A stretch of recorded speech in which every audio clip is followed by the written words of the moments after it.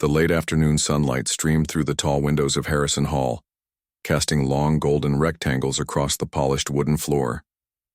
The annual faculty showcase at Westridge Music Conservatory was always a mix of nerves, pride, and unspoken competition.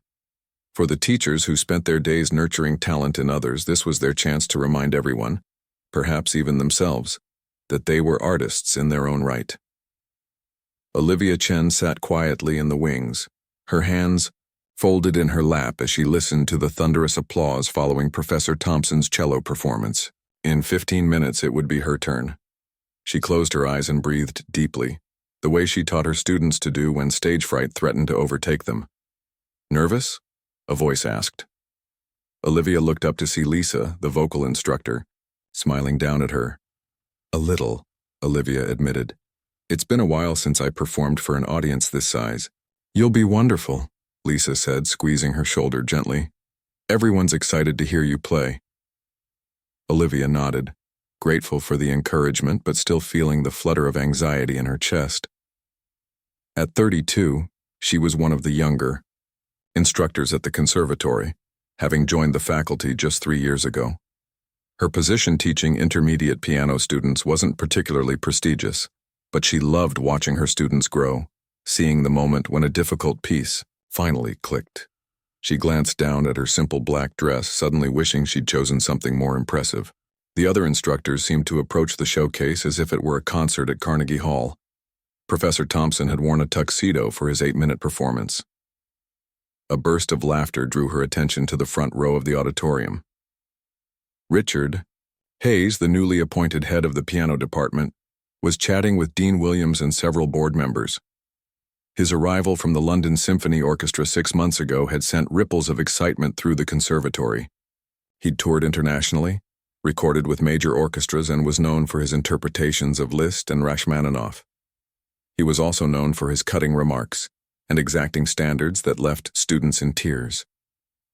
Olivia had managed to avoid much direct interaction with him so far, their paths crossing only during faculty meetings where he dominated discussions about curriculum changes. Tonight would be different. Tonight he would hear her play. The stage manager appeared, clipboard in hand. "You're up after Dr. Petrov," he said. "Ready?" Olivia nodded, standing up and smoothing her dress. She could do this. The piece she had chosen, Debussy's Clair de Lune, was one she knew intimately. She had been playing it since she was 16, when her mother had scraped together enough money for the sheet music as a birthday gift. The memory of her mother brought both comfort and a pang of sadness. Jinchen had cleaned houses 6 days a week to pay for Olivia's piano lessons after her father left them. "Music is forever," she used to say in her accented English. "No one can take it from you once it's in your heart." Dr. Petrov finished his violin piece and the audience applauded politely. Olivia took another deep breath as the stage manager nodded to her. She walked onto the stage, the spotlight momentarily blinding her. The grand piano waited center stage, its lid raised to project the sound to the back of the hall. She bowed slightly to the audience, catching a glimpse of Richard Hayes in the front row, his expression already looking bored.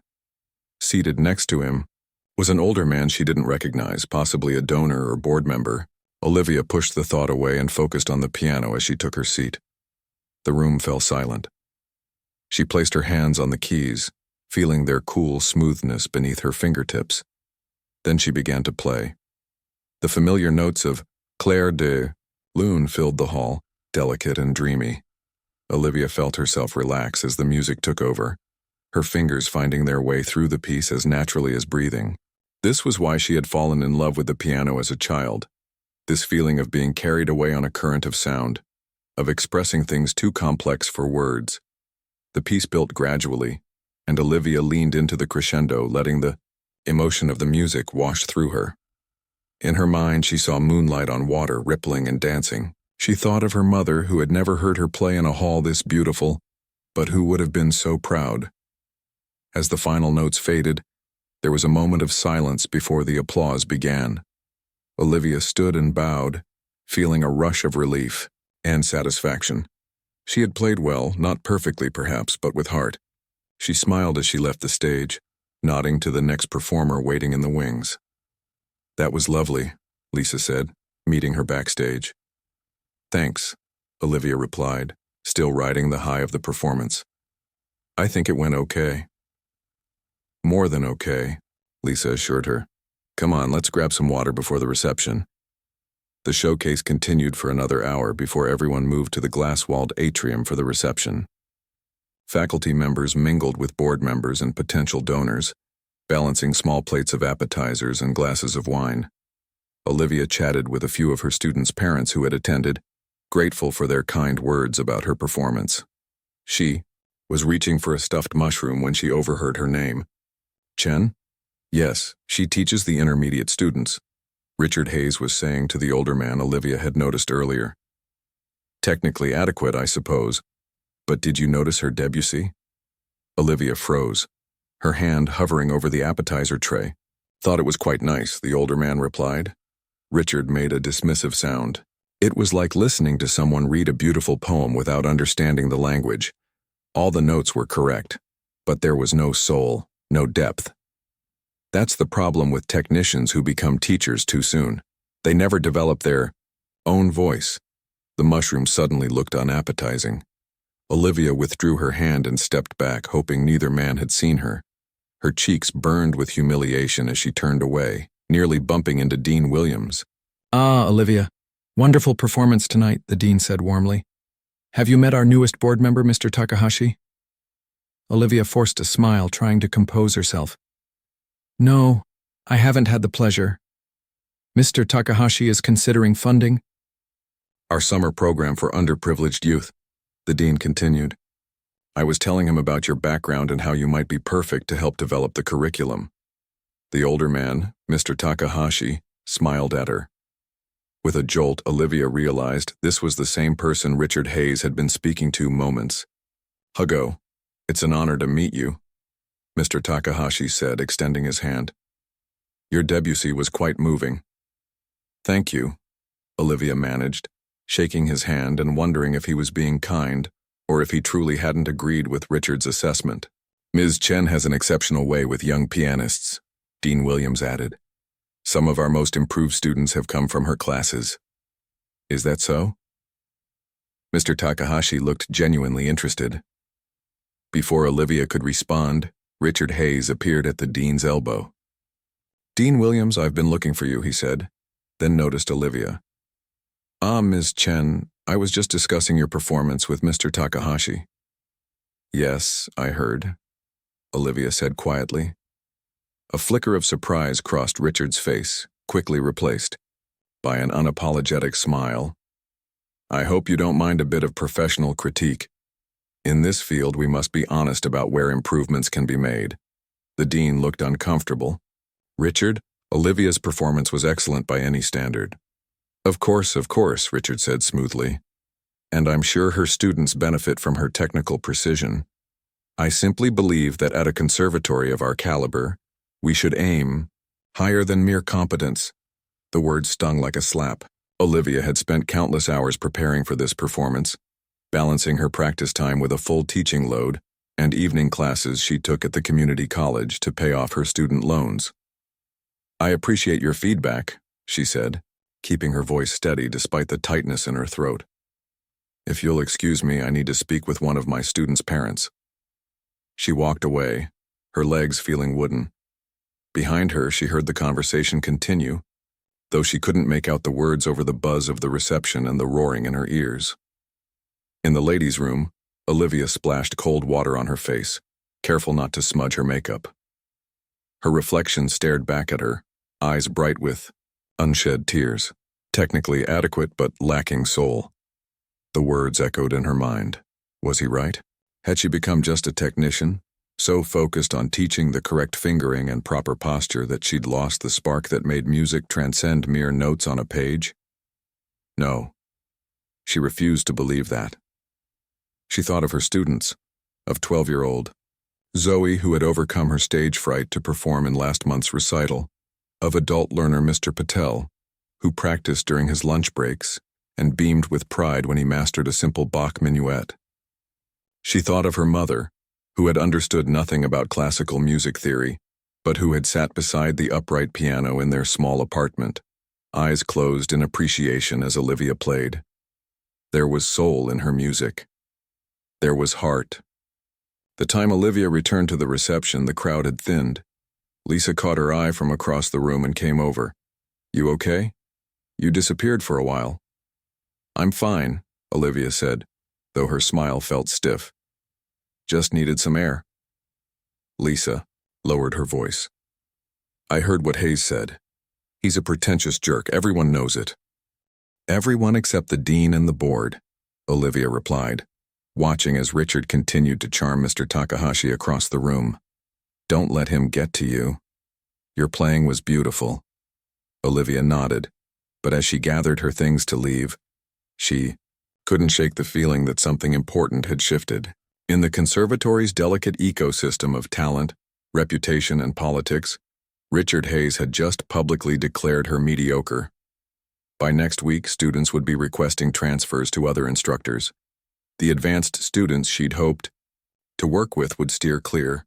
3 years of building her place at Westridge gone in a single evening. Outside, the spring air had turned cool. Olivia pulled her light jacket closer as she walked to the faculty parking lot. The moon was nearly full, silvering the trees and buildings of the campus. Moonlight, just like in the Debussy piece she'd played. She paused, looking up at the night sky. Her mother used to say that when faced with people who tried to diminish you, you had 2 choices: believe them and become smaller, or prove them wrong and grow stronger. As she unlocked her car, a plan began to form in Olivia's mind. Richard Hayes might be internationally acclaimed, but he didn't know everything about music, or about her. There were techniques, approaches to piano that went beyond the traditional classical training he represented. If he thought her playing lacked soul, she would show him what soul really meant. Not with a grand, technically difficult piece that played to his strengths rather than hers. No, she would show him with something unexpected. Something that would force everyone, to truly listen. 1 note. That's all she would need. 3 weeks passed, and Olivia threw herself into teaching with renewed energy. If her colleagues noticed a change in her, they didn't mention it. She smiled during faculty meetings, nodded politely when Richard Hayes spoke, and kept her head down. But inside, determination burned like a pilot light, steady and unwavering. Every night after her last student left, Olivia stayed in her small teaching studio at the back of the music building. The janitors knew to expect her and would wave as they mopped the hallways. "Don't work too hard, Ms. Chen," they'd call, and she'd smile and promise not to stay too late. But often, she'd remain until midnight, the only sounds in the building, her quiet playing and the occasional hum of the heating system. She wasn't practicing in the traditional sense. What she was attempting went beyond scales and arpeggios, beyond the standard techniques taught at conservatories like Westridge. She was searching for something else, something that had fascinated her during her graduate studies, but that she'd never fully explored. One Tuesday afternoon, Olivia was checking her faculty mailbox when Lisa hurried up to her, coffee in hand and worry on her face. "Have you heard?" Lisa asked, lowering her voice, though the faculty lounge was empty. "Heard what?" "Hayes is organizing a special masterclass next Friday. The big donors will be there, including that Takahashi guy from the showcase. Apparently he's considering a major gift to the piano department." Olivia pulled a stack of department memos from her box. "Okay, and Hayes has invited Gabriela Diaz to perform." Olivia's hands stilled. Gabriela was one of the most promising students at Westridge, a 19-year-old prodigy who'd been accepted to Juilliard but had chosen to study here because of her grandmother's illness. Everyone knew she was headed for an international career. "That's a smart choice," Olivia said carefully. "She's brilliant." "Yes, but..." Lisa glanced toward the door before continuing. "I overheard Hayes talking to Dean Williams.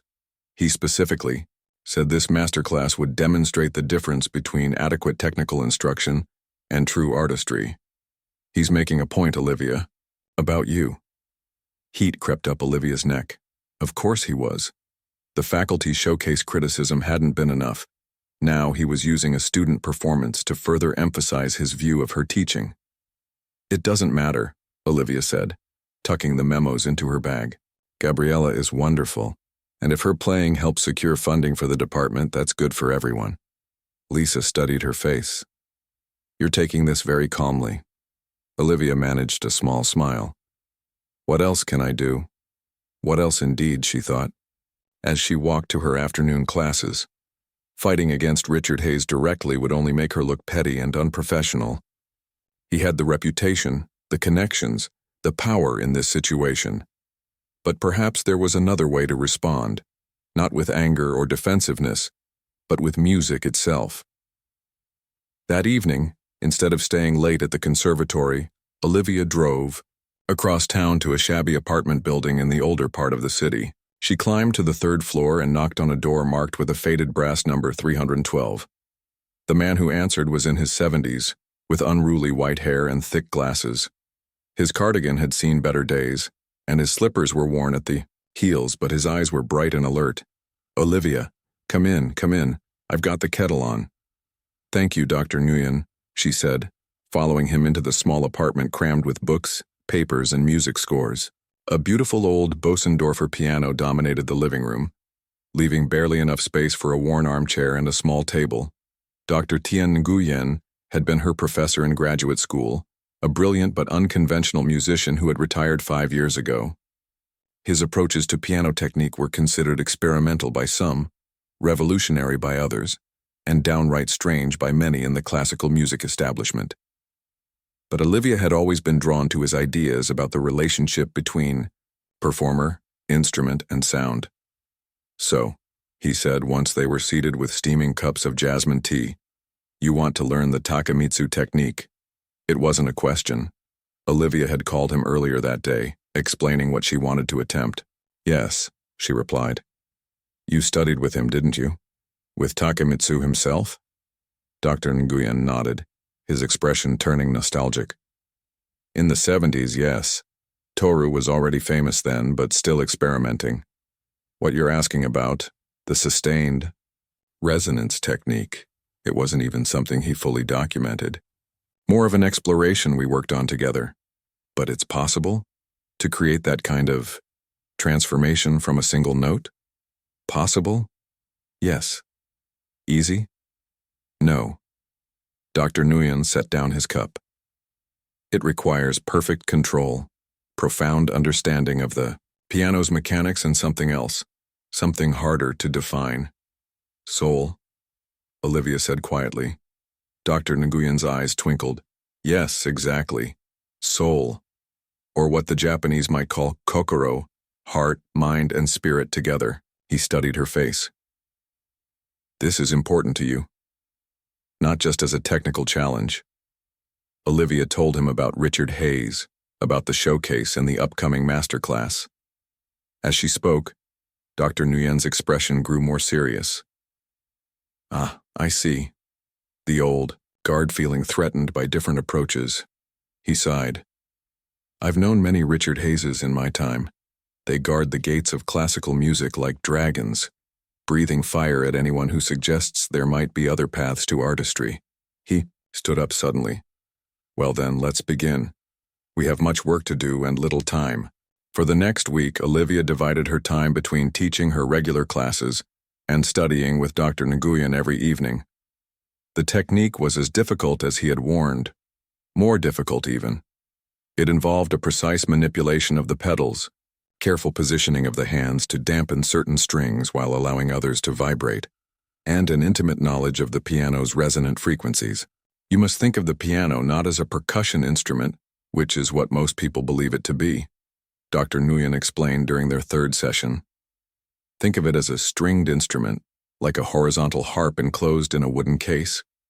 You're not just striking keys, you're setting strings in motion, creating vibrations that interact with each other. Olivia practiced until her back ached and her fingers cramped. The technique demanded physical stamina as well as mental focus. Sometimes, in the middle of a practice session, she would wonder if she was being foolish. Perhaps she should simply accept Richard Hayes's assessment and stay in her lane as a teacher of intermediate students. But then she would remember her mother's sacrifices, the pride in her eyes when Olivia had been accepted to music school. She would think of her students who deserved a teacher who stood up for different approaches to music, and she would continue. By Thursday night, the night before the masterclass, Olivia could sustain and transform a single note for nearly 7 minutes. The effect was haunting. The note would begin as a simple tone but gradually reveal layers of harmonics, changing in timbre and emotional quality as Olivia manipulated the strings and pedals. "It's remarkable progress," Dr. Nguyen said as she finished her final practice session. "But tomorrow, are you sure about this? Hayes has not invited you to perform." "No," Olivia agreed, flexing her tired fingers. "But I have a plan." Friday afternoon arrived with a buzz of anticipation at the conservatory. Posters announcing the special masterclass with internationally acclaimed pianist Richard Hayes had been displayed all week. The event was to be held in the smaller recital hall rather than the main auditorium, a more intimate setting for the 30 or so donors and board members who would attend. Olivia taught her last class of the day, then changed into the outfit she had brought with her, a simple but elegant dark blue dress, more formal than her usual teaching clothes, but not so fancy as to seem like she was trying too hard. She twisted her hair up into a neat bun and added a pair of small pearl earrings that had belonged to her mother.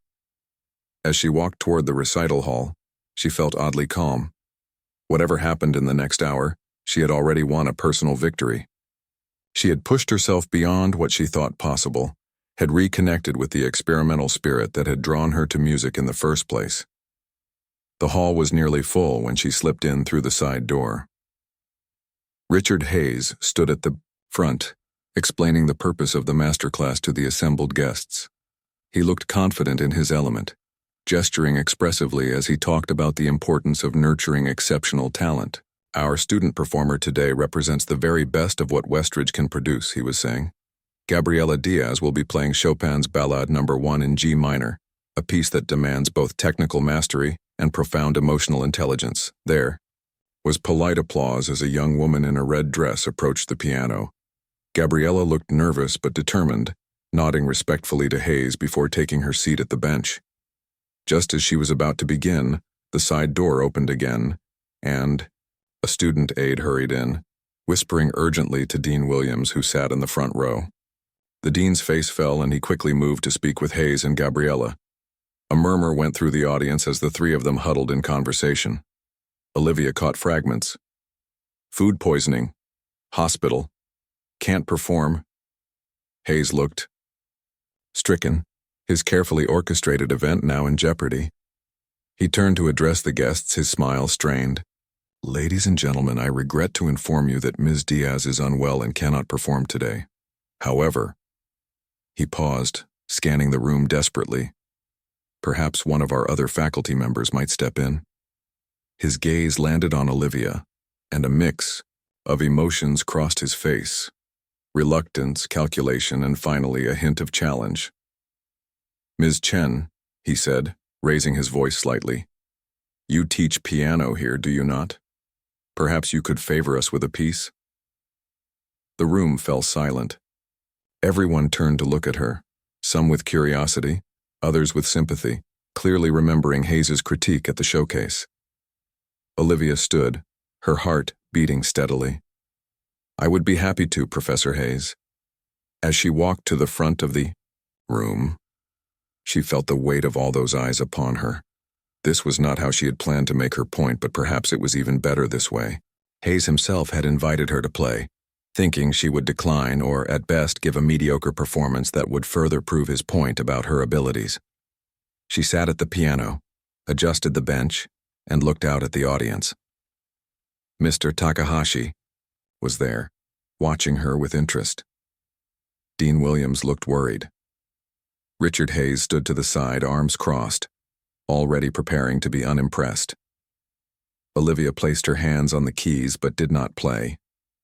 Instead, she spoke, her voice quiet, but clear.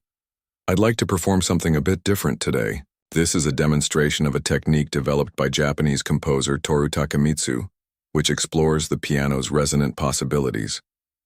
She saw Hayes frown slightly. This was not what he had expected. Olivia took a deep breath, positioned her hands precisely as Dr. Nguyen had taught her, and struck a single note, middle C. The clear tone rang out in the hall, neither loud nor soft, just a simple, pure sound. And then, instead of fading away, it began to change. That single note, middle, hung in the air like a question. In the front row, Richard Hayes shifted his weight, already looking impatient. Several donors exchanged glances, clearly wondering if this was some kind of joke. Dean Williams looked like he might be sick, but Olivia was focused entirely on the piano now. Her world narrowed to the vibrating string inside the instrument and the way she could manipulate its sound. As Dr. Nguyen had taught her, she applied the slightest pressure to the sustain pedal, not enough to fully engage it, but just enough to free the other strings to resonate sympathetically. With her left hand, she reached inside the piano to lightly touch certain strings, dampening them while allowing others to vibrate. The note began to change.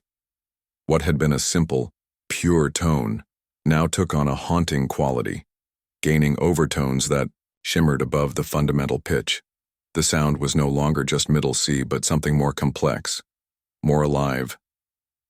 A few people in the audience leaned forward, their expressions shifting from confusion to curiosity. Richard Hayes's frown deepened.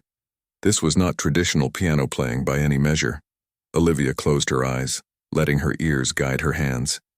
She had practiced this technique for hours, but now she was moving beyond practice into true performance, responding intuitively to the piano and the acoustics of the room. Her right hand returned to the keyboard, pressing keys without striking them, just enough to raise the dampers on selected strings, allowing them to vibrate in harmony with the original note. The sound evolved again, growing warmer, deeper. If the first transformation had been from confusion to curiosity, this one moved from curiosity to wonder. That single note now carried a melancholy that hadn't been there before, like a voice with tears held just behind it. In her mind, Olivia saw her mother sitting by the upright piano in their small apartment. Eyes closed in appreciation, she channeled that image into her playing, into the pressure of her fingers and the subtle movements of the pedals. The note responded, its emotional quality shifting once more, now carrying a sense of longing and love. 2 minutes had passed. In traditional piano performance, this would be an eternity for a single note. But the audience had grown still, caught up in the strange magic happening before them. Even Hayes had stopped fidgeting, his arms uncrossing as he watched Olivia's hands with reluctant interest. Now came the most difficult part of the technique.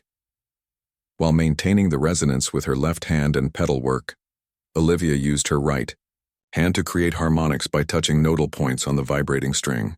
The result was ethereal, like ghostly bells ringing above the sustained tone, creating a counter melody without striking a single new note. Mr. Takahashi, in the center of the front row, closed his eyes, a small smile playing on his lips. He understood what she was doing, or at least understood enough to appreciate the artistry involved. Olivia thought of all the traditional training she had received over the years, the countless hours of scales and etudes, the focus on perfection and technique. That training hadn't been wrong. It had given her the foundation she needed for this moment. But Richard Hayes had been wrong to suggest that technical skill and soul were somehow separate things, that one could have one without the other. As if responding to her thoughts, the note transformed again, now carrying a hint of determination, of quiet strength. The harmonics intensified, creating patterns that seemed almost impossible from a single-struck key. Several people in the audience gasped softly. 4 minutes now. Olivia opened her eyes briefly, not looking at the audience but at the piano itself.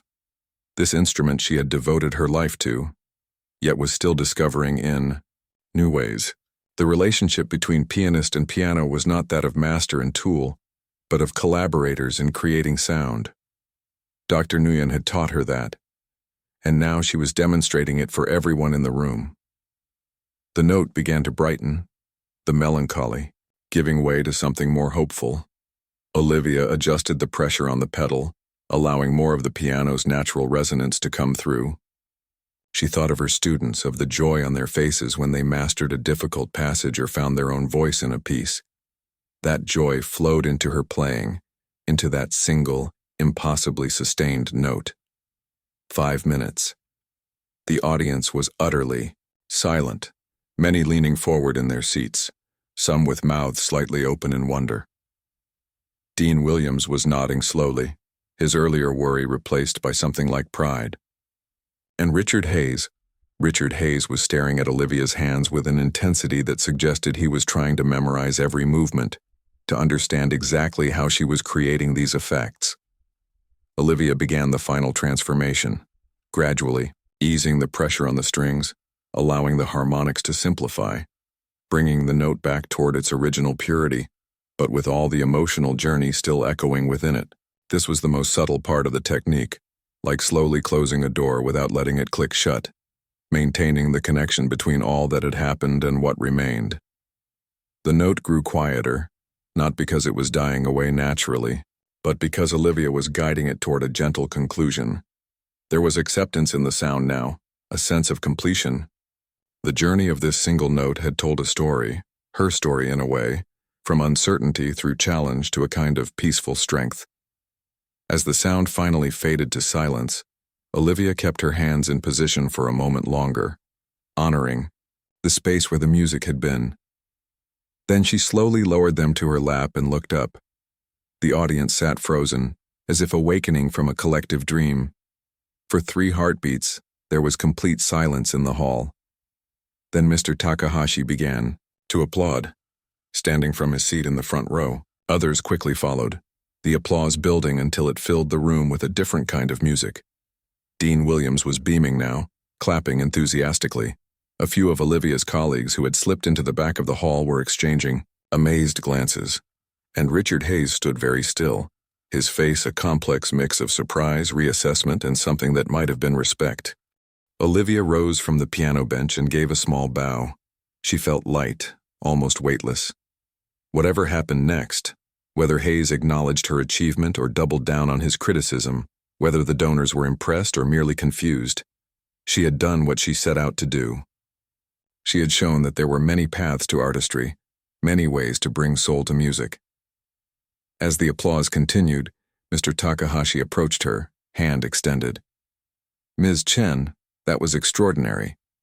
I've only heard that technique performed once before, by Takemitsu himself many years ago." "Thank you," Olivia replied, shaking his hand.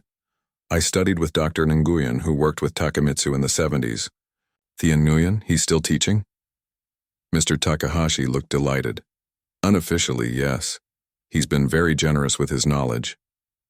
Dean Williams joined them, practically glowing with excitement. "Ms. Chen, I had no idea you were exploring experimental techniques. This opens up so many possibilities for our curriculum." "I've always been interested in alternative approaches," Olivia said, "but I focused on teaching the fundamentals to my students first." "As you should," said a voice behind her. Olivia turned to find Richard Hayes standing there, his expression carefully composed. For a moment no one spoke, the tension from their previous encounters hanging in the air between them. Then Hayes said, "That was, unexpected. The Takemitsu resonance technique is notoriously difficult to master. It wasn't quite a compliment, but it wasn't a dismissal either." Olivia nodded, acknowledging his comment without needing to respond. Mr. Takahashi looked between them, sensing the undercurrent. "Professor Hayes, I believe this masterclass has indeed demonstrated something important about music education." His eyes twinkled as he continued. "Sometimes the most profound lessons come from unexpected sources."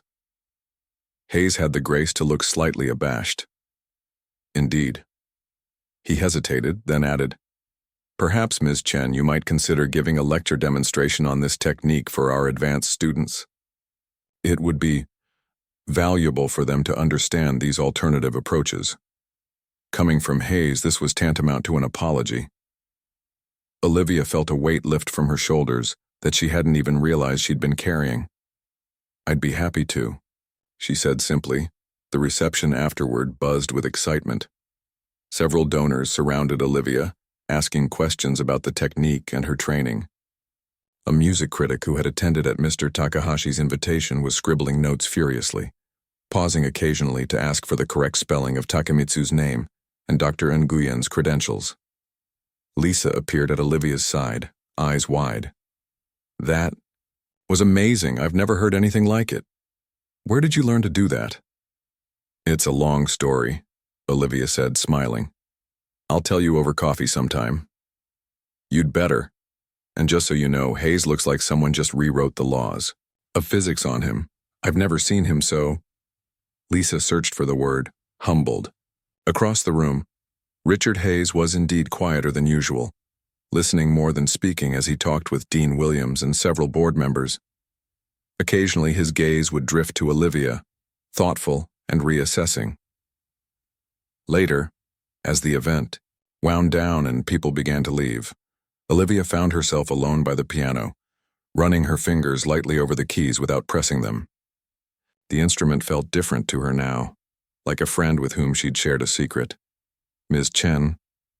She looked up to see Richard Hayes standing a few feet away, his customary confidence somewhat subdued. "Professor Hayes," she acknowledged. He stepped closer, examining the piano as if it might reveal how she had produced those extraordinary sounds. "I underestimated you," he said finally, the words clearly difficult for him. "At the showcase, I made a judgment based on limited criteria." Olivia waited, allowing him the space to continue. "There are many kinds of musicianship," he said. "I've always emphasized certain aspects: technical precision, emotional interpretation within traditional frameworks. But what you did today," he looked up at her, his expression sincere, "that required both extraordinary technique and profound musical understanding." "Thank you," Olivia said quietly. "I'd like to learn," Hayes said, the words coming out in a rush, "that technique. If you're willing to teach me." The request clearly cost him something in pride. Olivia could have savored the moment, could have reminded him of his dismissive words at the showcase. Instead, she simply nodded. "I'd be happy to show you what I know," she said, "though I'm still learning myself." "Aren't we all?" Hayes replied, with a self-deprecating smile that transformed his usually stern face. "Aren't we all?" As they walked together toward the door, Olivia felt a sense of possibility opening up before her. New approaches to teaching, new explorations in performance, and perhaps even a new understanding with this colleague who had once dismissed her, all from a single note played with soul. Word of Olivia's unusual performance spread quickly through Westridge Conservatory. By Monday morning, students were whispering in the hallways, asking each other if they'd heard about the piano teacher who played one note for 6 minutes. Some accounts were exaggerated, claiming the note had lasted for 10 minutes or that the piano had levitated. But the core truth remained. Something extraordinary had happened in that recital hall. Olivia arrived at her office to find a small cluster of students waiting outside her door. "Ms. Chen," called a tall boy who was normally in Richard Hayes's advanced class. "Is it true you know a special technique from Japan?" "We heard you're giving a demonstration," added another student, her eyes bright with excitement. "Can anyone attend?" Olivia smiled as she unlocked her office door. "News travels fast around here." "So it's true?" the first student pressed. "I did perform a technique developed by composer Toru Takemitsu," Olivia confirmed, setting down her bag. "And yes, I'll be giving a demonstration, but we haven't set a date yet." "Can we sign up now?" asked a third student, already pulling out a notebook. Olivia laughed. "Let me talk to the department first. I promise you'll all have a chance to learn about it." As the students reluctantly dispersed, Lisa appeared in the doorway holding 2 coffee cups. "You're a celebrity," she said, handing one cup to Olivia. "I've never seen the theory students this excited about anything." "It's just novelty," Olivia replied, though she couldn't help feeling pleased. "They'll forget about it once Hayes gives them their next assignment." "I don't think so," Lisa said, settling into the chair across from Olivia's desk. "And neither does Hayes, apparently." "What do you mean?" Lisa leaned forward with the air of someone delivering prime gossip. He called an emergency department. Meeting yesterday. Sunday, if you can believe it. I heard from Professor Chen in theory. Hayes is proposing a new course for next semester. Experimental approaches to piano. Olivia nearly choked on her coffee. He's what? And guess who he wants to teach it? Lisa raised her eyebrows meaningfully. No, Olivia said, setting down her cup. He can't be serious. Oh, he's serious. Dead serious. Chen said Hayes was like a different person at the Yao meeting. Kept talking about expanding our perspective and honoring alternative traditions. Olivia sat back, trying to process this information. She had expected her performance to make a point, perhaps to earn some grudging respect from Hayes. But this, a new course, a fundamental shift in his attitude, this was beyond anything she'd imagined. There's more, Lisa said, clearly enjoying being the bearer of surprising news. Mr. Takahashi called the dean yesterday. He's pledging $500,000 to create an innovation in music performance program, with you as the director. What? Olivia stood up so quickly her chair rolled back and hit the wall. That's impossible, I'm just an intermediate piano instructor. Not anymore, apparently. Lisa grinned. The dean wants to see you this morning. I'd wear something nice. After Lisa left, Olivia sat in stunned silence. Her mind flashed back to her mother, to all the sacrifices she had made so Olivia could study music. What would she have thought of all this? She would have been proud, certainly, but also amused by the fuss. You play for the music, she used to say in her accented English, not for the applause. Olivia smiled at the memory. Yes, it had always been about the music for her. The recognition was nice, but it wasn't why she had learned the Takemitsu technique or performed it at the master class. She had done that to prove something to herself as much as to Hayes, that there were many paths to musical expression, and that her path was valid too. A knock at her open door interrupted her thoughts. Richard Hayes stood there, looking uncharacteristically hesitant. Ms. Chen, do you have a moment? Of course, Olivia said, gesturing to the chair Lisa had vacated. Please come in.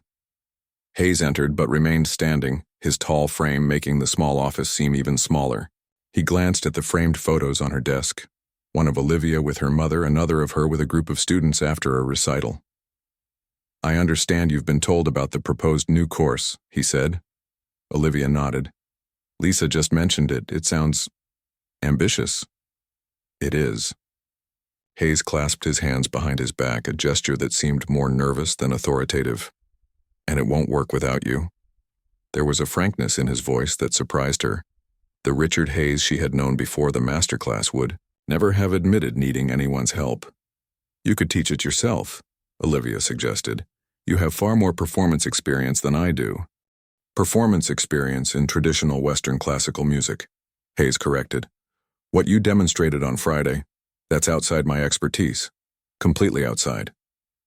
He paused, then added quietly, it was also quite brilliant.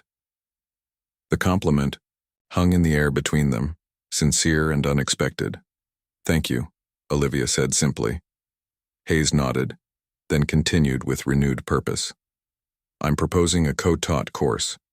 You would lead the sections on experimental techniques, not just the Takemitsu approach but anything else you think valuable. I would cover the traditional framework and how these experiments relate to established theory. It was a generous offer, especially coming from someone of Hayes's stature in the music world. Olivia considered it carefully. What about my current students? She asked. I don't want to abandon them mid-semester. We would adjust your schedule gradually. Some of your intermediate students could be redistributed, others could continue with you. Hayes smiled slightly. Though I suspect many of them will want to sign up for the new course once they're eligible. Olivia returned the smile. They are curious, aren't they? The entire conservatory is curious, Hayes said. What you did, it wasn't just impressive musically. It was a reminder of why most of us got into music in the first place. That sense of discovery, of possibilities, beyond what we've been taught. He looked almost wistful. And Olivia realized that beneath his confident exterior was someone who had once been as passionate and exploratory as any student. Somewhere along the way, perhaps, he had exchanged that exploratory spirit for mastery, within established boundaries, a common trade-off in classical music careers. "I'd like to help design the course," Olivia said. "But I have some conditions." Hayes raised an eyebrow, looking more like his old self. "Conditions?" "Yes. First, the course needs to be accessible to intermediate students, not just advanced ones. Musical exploration shouldn't be a privilege reserved for those who already have perfect technique." Hayes considered this, then nodded. "Reasonable. What else?" "I want to bring in guest instructors occasionally. Dr. Nguyen, for one. He's retired, but still has so much to teach, and others who work in experimental music. Also reasonable, budget permitting. And finally," Olivia said, meeting his gaze directly, "I want your commitment that this isn't just a one-time course. If it succeeds, I want it to become a permanent part of the curriculum." Hayes studied her for a moment, as if seeing her in a new light. "You're thinking long-term, beyond just your own position?" "I'm thinking about what music education could be," Olivia replied. "For all students, not just the prodigies." Hayes extended his hand. "You have my commitment, and my respect, Ms. Chen." As they shook hands, Olivia felt a sense of coming full circle. 3 weeks ago, this man had dismissed her playing as technically adequate but soulless. Now they were planning a course together as equals. The meeting with Dean Williams later that morning confirmed everything Lisa had told her, and more. Mr. Takahashi's donation was indeed substantial, and specifically designated for innovative music education, with Olivia named as the program director. "He was extremely impressed by your performance," the dean explained, showing her the proposal letter. "He said it reminded him of why he fell in love with music in the first place." Olivia scanned the letter, still hardly believing it was real. "This is overwhelming. Take some time to think about it," the dean advised. "This would be a significant change in your role here." "I don't need time," Olivia said, surprising herself with her certainty. "I want to do this." The dean smiled, broadly. "I was hoping you'd say that. We'll need to work out the details, of course, but we could announce the new program as early as next week." As she left the dean's office, Olivia's phone buzzed with a text from Dr. Nguyen. "How did it go? The world still spinning after your performance?" She smiled and texted back. "The world's spinning differently now. Can we meet later? Much to tell. You." His reply came quickly. "My door is always open. Bring tea." That evening, as Olivia drove to Dr. Nguyen's apartment, she reflected on how much had changed because of a single performance. Because of a single note, really. Her career was taking a turn she never could have predicted. Her relationship with Hayes had transformed from antagonism to respect. The conservatory itself seemed energized in a new way, but perhaps the most significant change was within herself. The experience had reconnected her with the joy and wonder of musical discovery, feelings that could sometimes get lost in the daily routine of teaching scales and correcting finger positions. Dr. Nguyen was waiting for her, kettle already steaming, on the stove. As she told him about the new course, the program, and Hayes's transformation, his eyes twinkled with delight. "So my student becomes the teacher," he said, pouring the tea with practiced precision. "Just as it should be." "I'm still your student," Olivia protested. "There's so much more I want to learn from you." "And I from you," he replied. "That is the great secret of music. Even the master remains always a student." They talked late into the evening, planning experiments and techniques for the new course. Dr. Nguyen promised to search his archives for notes from his time with Takemitsu, and Olivia shared ideas about how to make complex concepts accessible to younger students. As she finally rose to leave, Dr. Nguyen walked her to the door, his steps slow but steady. "You know," he said, "in Japanese aesthetics, there is a concept called ma, the silence between notes, the empty space in a painting. They believe this emptiness is not absence but possibility. Your single note created such a space, and now see what has rushed in to fill it." Olivia nodded, understanding perfectly what he meant. That single note had opened a space of possibility for Her for Hayes, for the conservatory, and for all the students who would now have the chance to explore music in new ways. "One note," she said softly. "Who would have thought?" Dr. Nguyen smiled. "It is never just one note," he replied. "It is what we bring to it, and what we allow it to become." As Olivia drove home through the quiet streets, she thought about all the notes yet to be played, all the music yet to be discovered. The journey ahead would have its challenges, certainly. Working with Hayes would not always be easy, and building a new program would require patience and persistence. But tonight, at least everything seemed possible, all because she had refused to accept limitations, had dared to play differently, had transformed a single note into something no one expected. And in that transformation, she had found her true voice at last. 6 months later, on a crisp autumn afternoon, Olivia stood at the entrance of the newly renovated east wing of the Westridge Conservatory. A sleek sign above the doors read, "Takahashi Center for Musical Innovation." Beside her, Mr. Takahashi himself smiled proudly, his hands clasped behind his back as he surveyed what his donation had helped create. "It's even better than I imagined," he said. "When will the students arrive?" "Classes start next week," Olivia replied. "But we're having an open house tomorrow for anyone who wants to see the new facilities." The transformation had been remarkable, both of the physical space and of Olivia's position at the conservatory. What had once been a neglected storage area and a few outdated practice rooms was now a state-of-the-art teaching center with specialized acoustic treatment, recording equipment, and instruments from around the world. And Olivia, once just one of many piano instructors, was now director of innovative performance studies, with her own office and a team of part-time instructors. "And Professor Hayes?" Mr. Takahashi asked, a hint of amusement in his voice. "How is your collaboration progressing?" Olivia smiled. Her relationship with Richard Hayes had evolved in ways neither of them could have predicted. After their initial agreement to co-teach a course, they had spent hours discussing curriculum and approaches, often arguing passionately but always with growing mutual respect. "We found a good balance," she said diplomatically.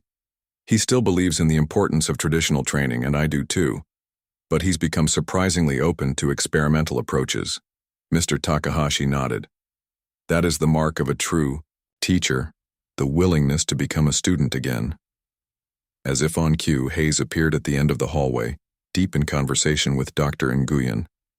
The older man was gesturing expressively, describing something with his hands, while Hayes listened, intently, occasionally asking questions. It still struck Olivia as surreal, seeing these two very different musical minds finding common ground.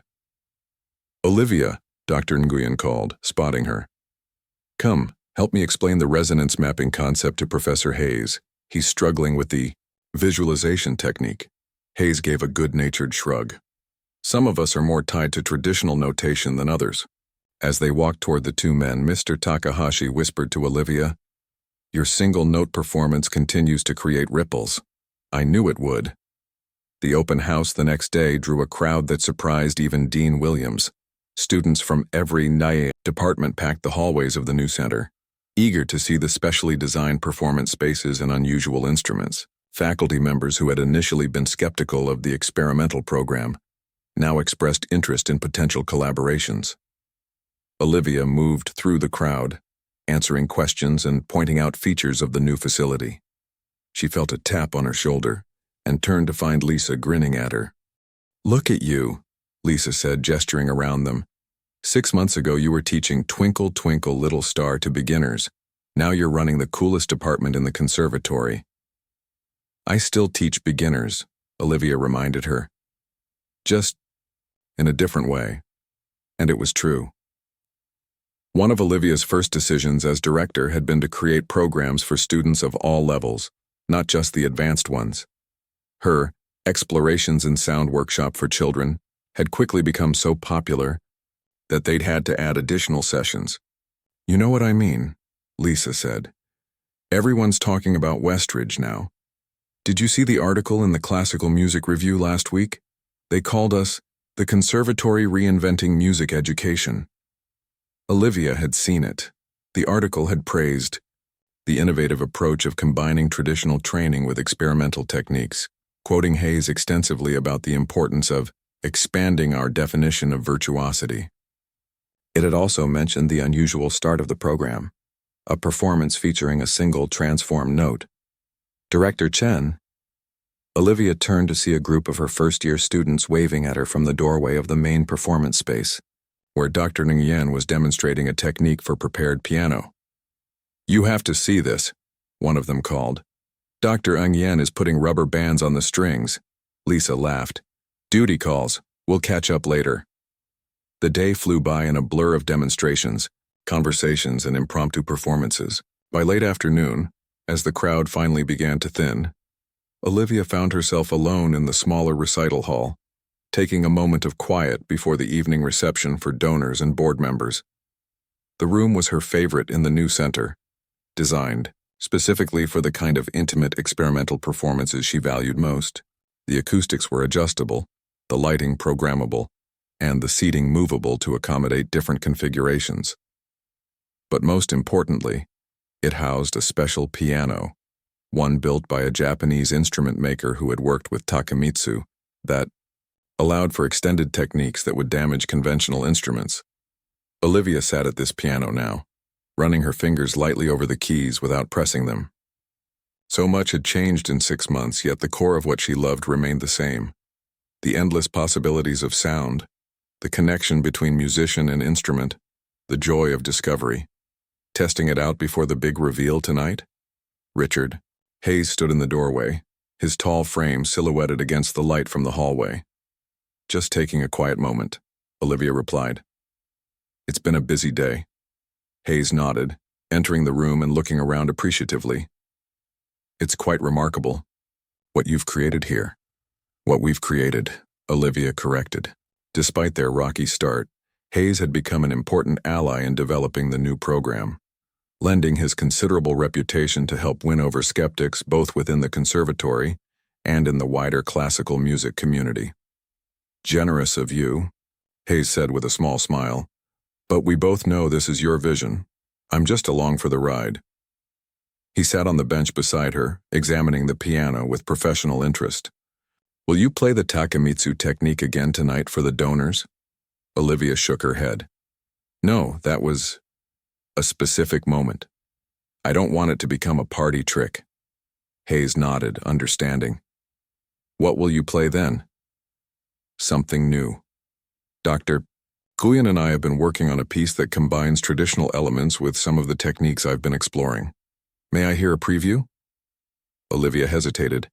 The piece wasn't quite finished, and she was still working through some of the transitions.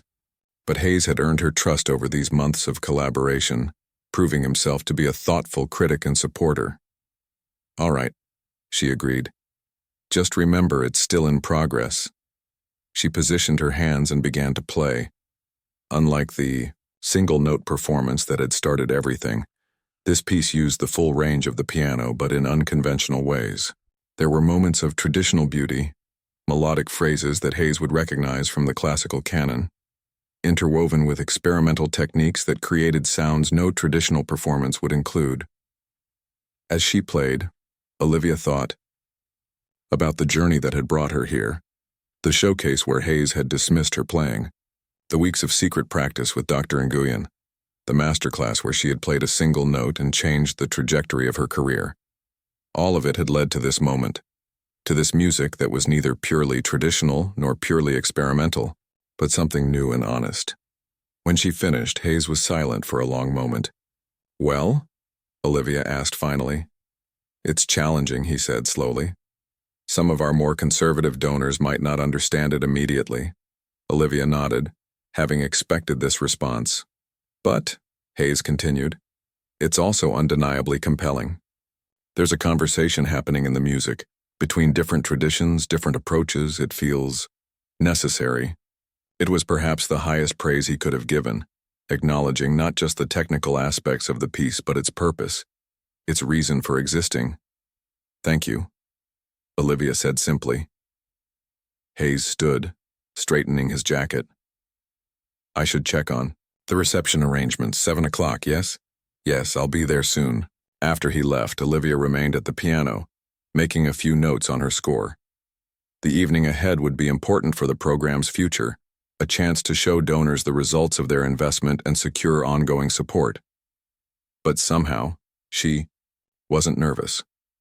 Whatever happened, she had already achieved something meaningful, creating a space where music could be explored in new ways, where students could find their own voices without being limited by rigid traditions. A soft knock at the door interrupted her thoughts. A young woman, one of her first-year students, stood hesitantly in the doorway. Ms. Chen? Sorry to bother you, but there's someone here to see you. She says she's your mother's friend. Puzzled, Olivia followed the student to the main entrance. There, waiting patiently on a bench, was an older Asian woman Olivia had never seen before. Ms. Chen? The woman said, standing. I am Mei Wang. I was friend of your mother in Hong Kong many years ago. My mother? Olivia repeated, surprised. Her mother had rarely spoken of her life before coming to America. Yes. Jin and I were like sisters. The woman smiled sadly. I lost touch when she moved to US. Only recently I found out she had passed. I am so sorry. Olivia felt a pang of grief, still sharp even after 5 years. Thank you. How did you find me? Internet article, Mrs. Wang explained, pulling out a printed copy of the classical music review piece. It mentioned your mother was pianist from Hong Kong. Not many Jin Chen with pianist daughters named Olivia. She reached into her bag and pulled out a small worn envelope. I brought something. Jin gave to me for safekeeping before she left Hong Kong. Said someday maybe her daughter would want it. Olivia took the envelope with trembling hands. Inside was a faded photograph of her mother as a young woman, sitting at a piano on a stage, and a yellowed concert program. The date on the program was 1985, and her mother's name was listed as the featured performer. Your mother was wonderful. Pianist, Mrs. Wang said. Very innovative. Teachers didn't always approve of her style, but audiences loved her. Olivia stared at the program, at the description of her mother's performance. Jin Chen performs original composition, single string, variations and exploration of resonance and harmonic overtones. I didn't know, Olivia whispered. She never told me she composed music. Mrs. Wang nodded sadly. After she marry your father, he not approve of performing. Traditional man. She give up music for family. But she hadn't given it up entirely, Olivia realized. She had passed it on to her daughter. Not just the technical skills, but the love of exploration, the willingness to look beyond traditional approaches. All those hours sitting beside Olivia at the piano, eyes closed in appreciation, she had been reconnecting with her own musical past. She would be so proud, Mrs. Wang said, gesturing to the center around them. To see what you build here. Tears filled Olivia's eyes as the pieces fell into place. Her journey hadn't started 6 months ago with that single-note performance. It had started years earlier, with a mother who understood that music was more than just playing the right notes in the right order. It was about finding your own voice, your own path. Would you like to stay for our reception tonight? Olivia asked Mrs. Wang. I think my mother would like that. The woman smiled warmly. Yes, I would like very much. As they walked together toward the main hall, where the evening celebration would soon begin, Olivia felt a sense of completion. The circle that had begun with her mother's sacrificed musical career had come around again, transformed into something new but carrying echoes of the past. One note had changed everything for Olivia.